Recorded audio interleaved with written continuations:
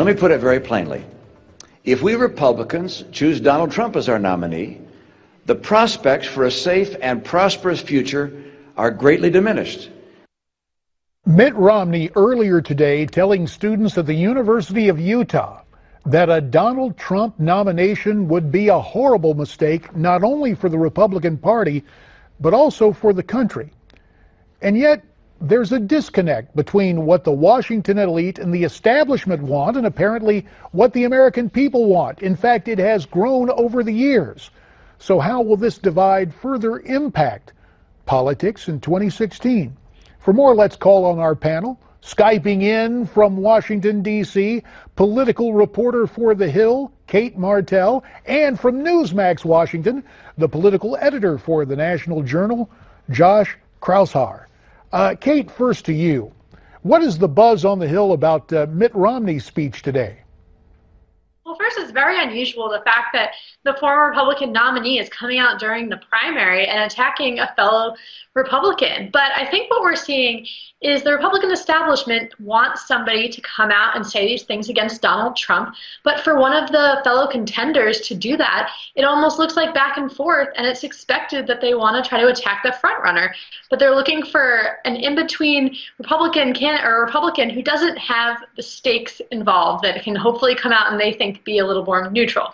That being said, Mitt Romney threw it all he had into it today and had a very effective speech. But at this point, it's hard to say how much this could really affect Donald Trump's momentum. It might have helped if he had done it earlier on. It might have helped with New Hampshire, where he's pretty popular, Massachusetts. But now that the early states are over and Super Tuesday's over, it's hard to tell how much this would actually affect Donald Trump's momentum. Josh, I've heard a lot of Republicans ask, where was this Mitt Romney in 2012? I mean, the kind of rhetoric, the strident approach he used today against a fellow Republican, more than passing curious, but it bears witness to this schism between the grassroots and the establishment.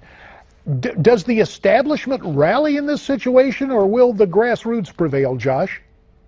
Well, you know what's interesting about Mitt Romney, JD, is that he's an establishment figure par excellence. But when you actually interview and talk to many Trump supporters across the country, Iowa, South Carolina, where I was a couple of weeks ago, they're actually, most of them voted for Mitt Romney in 2012. Trump supporters are predominantly moderate Republicans, and when you talk to them and you actually hear what they have to say, they admired Romney's business success just like they admire Donald Trump's business success. So while I don't think Romney's speech is going to peel off that many hardcore Trump supporters, and it's about a third of the party right now, I do think it really might stunt Trump's momentum. Some of the people that may have liked Trump's message, may not have supported him right now, are now looking at what Romney had to say with a closer eye. And I do think some of the softer Trump supporters, most Trump supporters are with their candidate no matter what, but maybe about 10% of Trump supporters who are a little not 100% with their guy might look at Romney's criticisms, harsh criticisms, really. Like you said, JD, this is not the kind of rhetoric you hear from a fellow Republican at another Republican, but this is the type of rhetoric that's defining the state of the race right now. And I think it does stunt Trump's momentum to make it more difficult for him to get over that 33, 34, 35% hump. So, Cate, it's interesting to hear Josh quantify this, saying almost a 10% peel factor, we'll call it. People reconsidering based on what Romney had to say. But, you know, we looked at exit polling showing that about 6 out of 10 Republicans feel betrayed by their own party. So this Romney situation does set up a backlash for the grassroots, does it not? It definitely. At this point, and I think what's coming down to as far as momentum is what the Republican Party chooses. We have to apologize. As you can hear, it's not that Cate is in witness protection, but something has happened to her audio. We'll try to fix that. And Cate, our apologies for you sounding somewhat like a Xylon if you're hip to Battlestar Galactica. Listen, let me move to the other side of the aisle with you, Josh. The Democrats have some problems with Hillary, and that's putting it mildly. The FBI and the Justice Department now apparently moving to grant immunity to the Clinton staffer who set up her private server. Now, this really gets serious. And what does this mean? The fact now that this guy has gotten immunity, what will it mean for Hillary, Josh?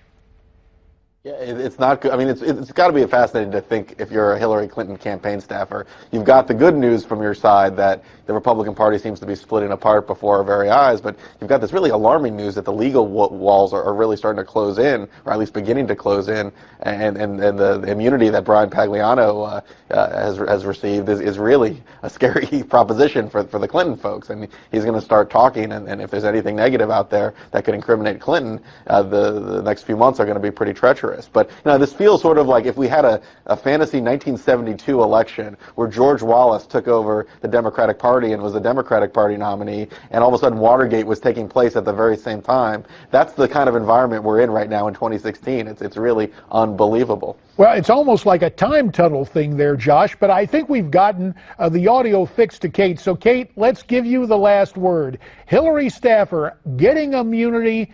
Is this a ticking time bomb that will do in the Clinton campaign? 20 seconds.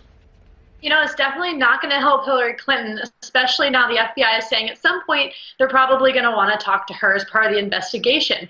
But that being said, unless she's carried away in handcuffs, it's going to have to do a lot to really affect her campaign. It'll come down to whoever the Republican nominee is, I think, on whether they'll be able to peel away votes from Hillary Clinton or not.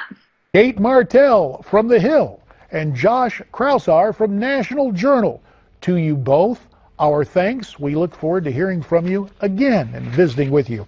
Now, speaking of hearing from people, how about from you? Your take on what these two intrepid observers and reporters had to say.